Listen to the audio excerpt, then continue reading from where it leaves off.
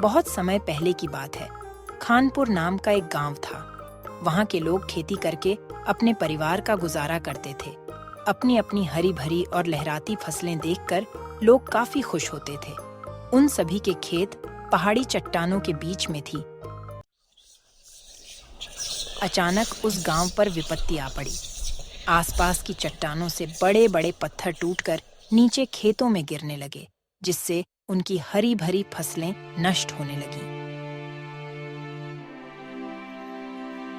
कुछ ही दिनों में उनकी सारी फसल नष्ट हो गई, जिसे देखकर गांव के सभी लोग बहुत ज्यादा दुखी थे। अरे भाई, हम लोग अब क्या करेंगे? हमारी फसलें पूरी तरह नष्ट हो गई। अब हमारा गुजारा कैसे होगा? सभी गांव वाले इस समस्या को हल करने के लिए काफी प्रयास किया, लेकिन सब बेकार रहा। फसल खराब होने के साथ साथ उनकी जमीन भी पत्थरों के नीचे दब गई थी, जिससे वे दोबारा फसल उगाने के काबिल भी नहीं थे। जब कोई समाधान नहीं निकला, तो वे सब गांव के सबसे बुजुर्ग बाबा के पास गए। बाबा, अब आप ही हमारी समस्या का हल निकाल पाओगे। अब सारी उम्मीद आपसे ही है। तुम लोगों की क्या समस्या है? एक एक करके अपनी समस्या बताओ। हम सबकी समस्या एक ही है। हमारी हरी भरी लहराती फसल चट्टानी पत्थरों के नीचे दबकर अपनी जान दे चुकी है। खाने को तो हमारे पास अब कुछ रहा ही नहीं, और पत्थरों ने हमारी जमीन को भी घेर लिया है, जिससे हम दोबारा फसल भी नहीं उगा सकते। अगर ऐसा ही चलता रहा तो हमें आने वाले दिनों के लिए भोजन की व्यवस्था करने के बारे में भी सोचना पड़ेगा। लोगों की बातें सुनकर बूढ़े बाबा थोड़ा सोचने लगे, लेकिन इसी बीच गांव के कुछ लोग बोले, क्यों ना हम शहर चले जाएं? वैसे भी गांव में इतनी कड़ी मेहनत करने के बाद भी हम केवल अपने परिवार का ही गुजारा कर पाते हैं। अगर शहर जाएंगे तो अच्छा पैसा कमा पाएंगे और एक आराम की जिंदगी भी जी पाएंगे। रुको रुको, थोड़ा सोचो। हमारे पूर्वजों ने इस जमीन और इस गांव के लिए कितनी कड़ी मेहनत की है, और अगर हम इस जमीन और अपने घरों को छोड़कर चले जाएंगे तो यह हमारे पूर्वजों का अपमान होगा, और हम अपने जन्मभूमि को इस तरह नहीं छोड़ सकते। गांव के लोगों ने बाबा की बात पर चिंता जताते हुए कहा, लेकिन बाबा, अगर हम यहाँ रहेंगे तो हमें खाना भी नसीब नहीं हो पाएगा। हम लोग भूखा ही मर जाएंगे।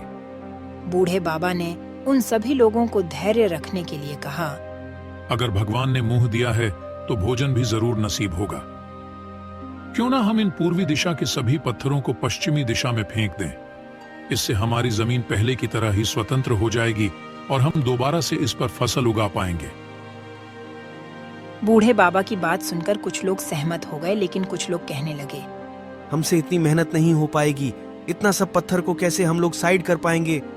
लेकिन कुछ देर बाद में सब लोग मान गए और पूर्वी दिशा के सभी पत्थरों को एक एक करके पश्चिमी दिशा में फेंकने लगे।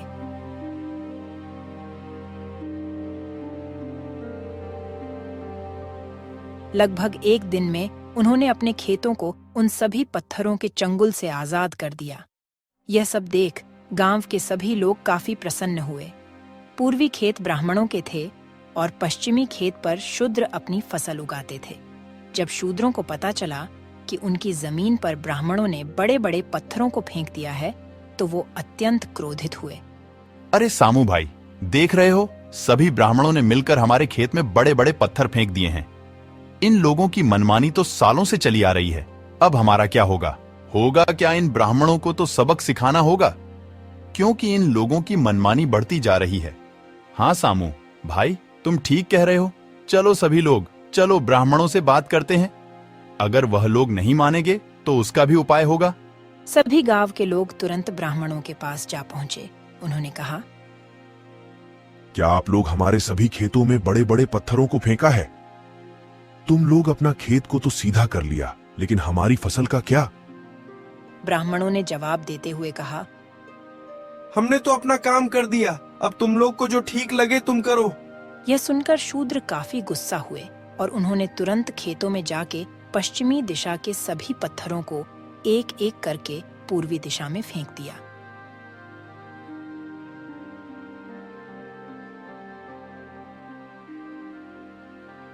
दिन भर यही सब चलता रहा। कभी पत्थर पूर्वी दिशा में तो कभी पश्चिमी दिशा में। कुछ देर बाद हारकर सभी लोग बूढ़े बाबा के पास गए। उन्होंने अपनी सभी समस्याओं को उन्हें ठीक से बताया। बाबा, हम लोग जब जब शूद्रों के खेत में पत्थर फेंक रहे हैं, तब तब वह लोग हमारे खेत में पत्थर को फेंक दे रहे हैं। कोई उपाय बताइए। एक काम करो, तुम उन पत्थरों को पूरे खेत की बजाय खेत के कोने पर इकट्ठा कर दो। बाकी बची हुई जमीन पर तुम फसल उगा पाओगे। लेकिन इस बार बूढ़े बाबा की बात मानने से सभी लोगों ने इनकार कर दिया। कुछ देर बाद बूढ़े बाबा ने कहा, तुम लोग एक काम करो, मैं आज रात अपने गांव के देवता की पूजा करूंगा और उनका ध्यान करूंगा। साथ ही उनसे समस्या का हल भी पूछूंगा। फिर अगली सुबह मैं तुम्हें इसका जवाब दूंगा। गांव के सभी लोग बूढ़े बाबा की बात से सहमत हुए और उन्होंने कहा, देखो, गांव के लोग हमारे गांव के देवता जो भी कहेंगे हम उनके आदेश का पालन करेंगे और उनका पूजा भी करेंगे। जब रात हुई तब बाबा ने देवता को मन ही मन ध्यान करने लगे। अगली सुबह बूढ़े बाबा के पास सभी लोग इकट्ठा हुए और अपनी समस्या का समाधान पूछने लगे। बाबा, जल्दी से बता दो कि हमारे गांव के देवता आपसे क्या कहे हैं। देखो, गांव के लोग, गांव के देवता ने कहा है कि हमारे यहाँ की सबसे ऊंची चट्टान पर उनका एक विशाल मंदिर बनवाया जाए और साथ ही यह भी कहा है कि हम सबके घर उस मंदिर के आसपास ही होने चाहिए। गांव के सभी लोग इस बात से सहमत हुए, लेकिन उसमें से शूद्र समाज के एक पढ़ा लिखा आदमी बोलता है, देखिए बाबा, हम यह मंदिर बनवाने के लिए सहमत नहीं है, क्योंकि हम अंधविश्वास के चक्कर में नहीं पड़ना नहीं चाहते। वैसे भी आप लोगों के खेत की समस्या है, उसमें हम लोगों को शामिल मत कीजिए। इसी तरह शूद्र और ब्राह्मणों में बहस होती है। कुछ देर बाद दोनों पक्ष राजा के पास जाते हैं। राजा को सारी बात बाबा बताते हैं। क्यों रुपेश, तुम लोग बाबा की बात क्यों नहीं मान रहे हो? महाराज, आप ही बताए। ब्राह्मण समाज के लोग अपने खेतों का बड़े बड़े पत्थर हमारे खेत में डाल रहे हैं। अपना मुसीबत हम गरीबों पर डाल रहे हैं। आप ही बताइए, पहाड़ के ऊपर मंदिर बनवाने से कितना खतरा होगा। कभी किसी के ऊपर पत्थर गिर जाएगा तो किसी का जान चली जाएगी। गांव वालों, ये रुपेश सही कह रहा है। अगर तुम लोगों के पास कोई उपाय हो तो बताओ। राजा और गांव वालों को रुपेश की बात सही लगी और राजा ने ब्राह्मणों को आदेश किया कि वह लोग अपने खेत का पत्थर अपने गांव से दूर जंगल में फेंक दें और शूद्रों को परेशान न किया जाए। अगली सुबह ब्राह्मणों ने अपने खेत का सारा पत्थर दूर जंगल में फेंक देते और पूरा गांव खुशी खुशी खेती करते हैं। अब उनकी जमीन पहले की तरह स्वतंत्र हो चुकी थी और वे उस पर पहले की तरह फसल भी उगा सकते थे। अब उन्हें गांव छोड़कर जाने की भी कोई जरूरत नहीं थी। राजा हरिवंश नाम का राजा शिवपुर राज्य पर राज्य करता था। हरिवंश सेन को अपने बगीचों में घूमने का बड़ा ही शौक था। उसे जब भी समय मिलता वह अपने बाग बगीचों की सैर करने को निकल जाता। प्रकृति के बीच में समय गुजारना उसे बड़ा ही अच्छा लगता था। एक दिन वह जब अपने शानदार बगीचे की सैर कर रहा था तो उसने देखा कि एक बारहसिंघा उसके बगीचों में घुस आया है और वह इधर उधर दौड़कर बगीचे में लगे हुए फूल पौधों को तहस नहस कर रहा था। राजा को अपने बगीचे के पौधे और फूलों से बहुत ही लगाव था। यह दृश्य देखकर राजा आग बबूला हो गया। राजा हरिवंश ने तुरंत अपने सैनिकों को आवाज लगाई, सेनापति देखो, हमारे प्यारे से बगीचे को जंगली जानवर आकर बगीचे को तहस नहस कर रहा है। जल्दी से उसे वहां से भगाओ। ठीक है महाराज, मैं अभी उसे भगा देता हूँ। राजा वह बारहसिंगा को पकड़ने के लिए खुद भी बारहसिंगा का पीछा करते हुए दौड़ने लगा। बारहसिंगा बगीचे से बाहर आ गया और राजा ने भी उसके पीछे अपना घोड़ा दौड़ा दिया। हरिवंश राजा बारहसिंगा का पीछा करते करते अपने राज्य की अंतिम सीमा तक आ गए, परंतु वह बारहसिंगा को ना पकड़ सके। उछलता कूदता बारहसिंगा उनकी आंखों से ओझल हो गया। मैं अब क्या करूं? यह जंगली बारहसिंगा तो भाग गया और मेर सेना भी पता नहीं कहां चले गए। अब मैं क्या करूं? मैं तो बहुत थक चुका हूं। अब राजा हरिवंश थक चुके थे। उनकी वहां से आगे जाने की इच्छा नहीं हुई, तो वह वहीं पर रुक गए। मौसम बहुत ही गर्म था और राजा को प्यास भी लगने लगी थी। राजा को बहुत गर्मी भी लग रही थी, इसीलिए उन्होंने नहाने की सोची। जब वह नहा रहे थे तो उसी रास्ते से एक चोर गुजर रहा था। वह राजा को नहाते देख बहुत खुश हुआ। अरे वाह, आज तो तगड़ा माल हाथ लगा। आज तो मैं माला माल हो जाऊंगा। आज तो मैं बहुत अमीर बन जाऊंगा।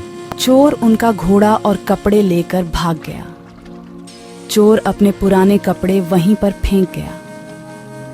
राजा के लिए अब बहुत ही खराब हालत हो गई थी। अब वह क्या करते कि अपने महल में वह वापस कैसे लौटेंगे, क्योंकि बिना घोड़े और बिना कपड़ों के लोग उनकी हंसी उड़ाएंगे। राजा ने वहां पर पड़े हुए चोर के पुराने कपड़े पहन लिए और अपने पड़ोसी राज्य को घूमने के विचार से राज्य की सीमा को पार करके दूसरे राज्य में चले गए। बहुत दूर तक राजा हरिवंश चोर के कपड़ों में घूमते रहे। तभी उनकी नजर झाड़ियां में चमकती हुई एक वस्तु पर पड़ी। राजा ने तुरंत वह वस्तु उठा ली। यह वस्तु चमकता हुआ एक मोतियों का हार है। यह बहुत ही कीमती मोतियों का हार लग रहा है। भगवान का लाख लाख धन्यवाद, जो यह मोतियों का हार मुझे मिल गया। अब मैं अपने लिए नए कपड़े और एक घोड़ा खरीद सकता हूँ।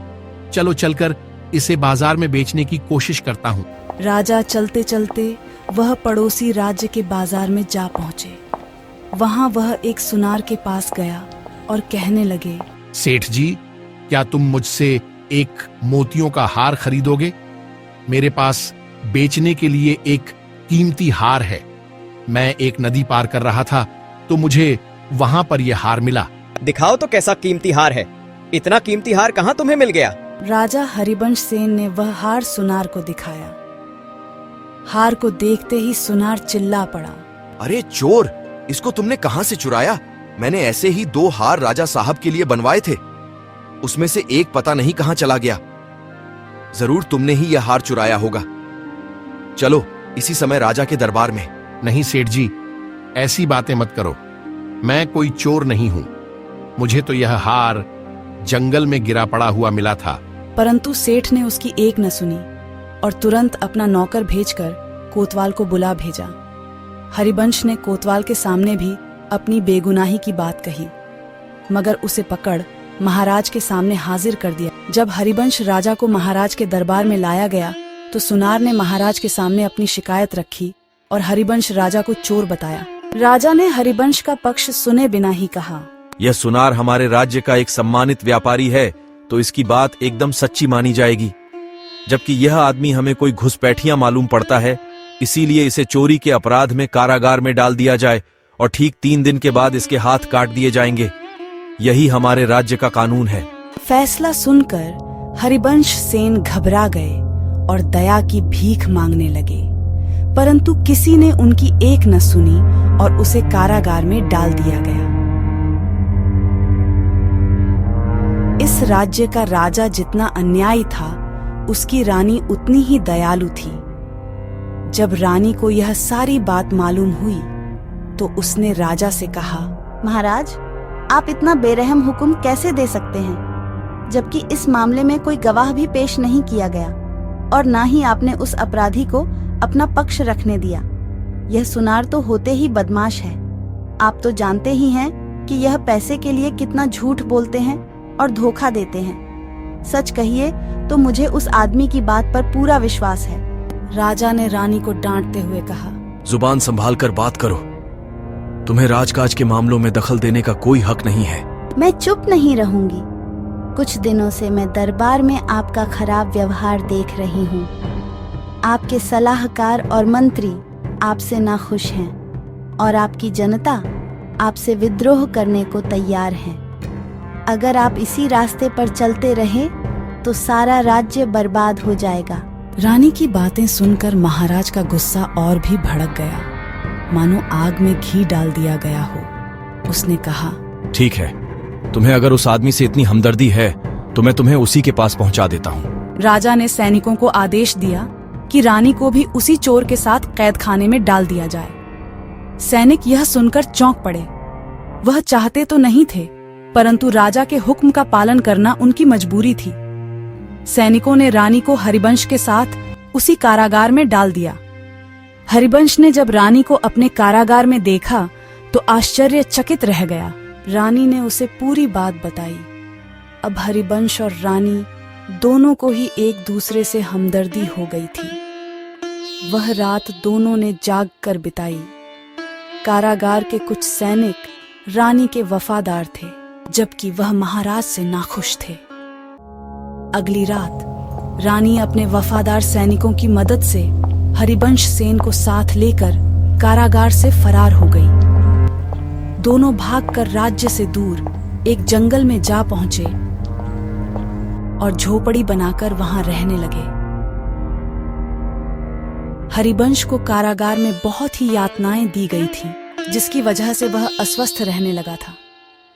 रानी ने उसकी बहुत ही सेवा की, जब तक कि हरिवंश ठीक नहीं हो गया। जल्दी ही रानी हरिवंश को पसंद करने लगी।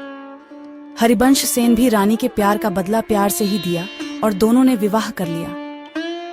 हरिवंश जंगल से लकड़ियां काटकर बेचने लगा, जिससे कि वह अपना जीवन निर्वाह करने लगे थे।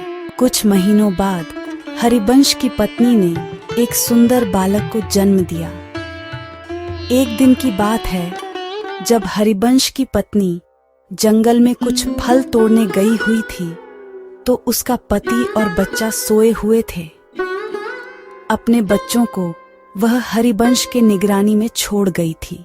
घुटनों के बल चलते चलते बच्चा नजदीक के ही एक कुएं के पास जा पहुंचा और कुएं में गिर गया। जब हरिवंश की आंख खुली तो बच्चे को वहां न पाकर वह बहुत ही दुख हुआ।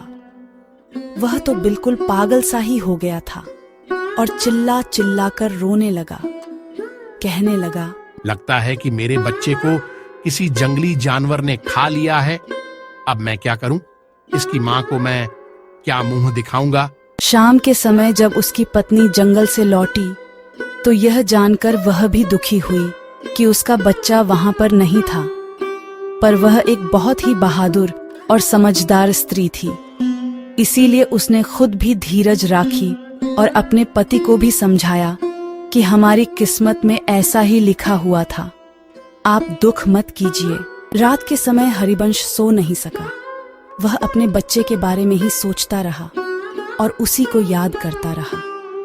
यह उसके लिए अच्छा ही हुआ कि वह सो न पाया, क्योंकि रात के तीसरे पहर दो पक्षी उनके दरवाजे पर लगे हुए एक पेड़ पर आकर बैठ गए और आपस में बातें करने लगे। एक पक्षी ने कहा, दोस्त, देखो दुनिया में कितनी मुश्किलें हैं। जरा देखो इस आदमी के साथ क्या हुआ। इसको अपना देश छोड़ना पड़ा और बेचारा दूसरे देश में भिखारी की तरह रह रहा है, जहां उसकी बड़े अन्यायपूर्ण ढंग से सजा दी गई और अब यह अपने सुंदर से बेटे के दुख में परेशान भी है। इसका बेटा कल दोपहर से ही इस कुएं में गिर गया था। इन बेचारे लोगों को क्या क्या परेशानियां उठानी पड़ी। क्या इनके लिए कुछ किया नहीं जा सकता? हाँ, किया जा सकता है। अगर हरिवंश इस कुएं में कूद जाए तो वह आसानी से अपने बच्चे को बचा सकता है, क्योंकि वह बच्चा अभी भी कुएं में जिंदा है। राजा हरिवंश ने उन दोनों पक्षियों की बातें सुनी तो उसे सुनकर बड़ा ही आश्चर्य हुआ और खुशी भी हुई। जैसे ही सुबह हुई, उसने अपनी पत्नी को जगाया और उसे रात वाली बात बताई और उसकी सलाह मांगी। रानी बोली, आप पक्षियों की बात मानकर कुएं में कूद जाइए। क्या पता भगवान हमारे बेटा को जिंदा रखे हो। राजा इस समय कुएं में कूद गया और उसने अपने बच्चे की जान बचा ली। इस घटना के कुछ दिनों बाद जब हरिवंश और रानी सो रहे थे तो अचानक कुछ आवाज सुनकर वे चौंक गए। बाहर देखा तो कुछ सैनिकों ने उन्हें घेर रखा था। वह भय के मारे कांपने लगे कि शत्रु राजा ने उन्हें फिर से पकड़ने के लिए सैनिक भेजे हैं। परंतु तभी हरिवंश का एक पुराना मंत्री उनके सामने आया और अपने राजा को प्रणाम करते हुए कहा, महाराज, आखिर हमने आपको ढूंढ ही लिया। उसे देखकर हरिवंश बहुत ही खुश हुआ। तब मंत्री ने बताया, हमने अपने गुप्तचरों की सहायता से आपको ढूंढने में सफलता पाया है। आपके राज्य की जनता बेसब्री से आपका इंतजार कर रही है। आप वापस अपने राज्य चलिए। अब राजा अपनी पत्नी और बच्चे के साथ अपने राज्य वापस चला गया। हरिवंश फिर से अपनी राजगद्दी पर बैठ गया और पहले की तरह ही राज्य करने लगा। गद्दी पर बैठते ही हरिवंश सबसे पहले यह काम किया। उसने अपनी सेना को लेकर उस राजा के ऊपर चढ़ाई कर दी जिसने उसके साथ बुरा व्यवहार किया था। इस युद्ध में हरिवंश जीत गया और वह दूसरा राजा हार गया। महाराज, आप हमें क्षमा करें, हमसे बहुत बड़ी भूल हो गई। इस दुष्ट सुनार की वजह से आपके साथ ऐसा व्यवहार किया गया था। अब इस सुनार को सजा दूंगा। शत्रु राजा को गिड़गिड़ाता हुआ देखकर हरिवंश को उस पर दया आ गई। हरिवंश ने उसे माफ कर दिया और उसे छोड़ दिया। उसके बाद सारे राज्य में शांति और खुशहाली फैल गई। हरिवंश अब अपनी पत्नी और बच्चे के साथ एक खुशहाल जीवन बिताने लगा। सारी प्रजा अपने राजा के साथ साथ नई रानी और उसके बच्चे को पाकर भी बहुत प्रसन्न थी।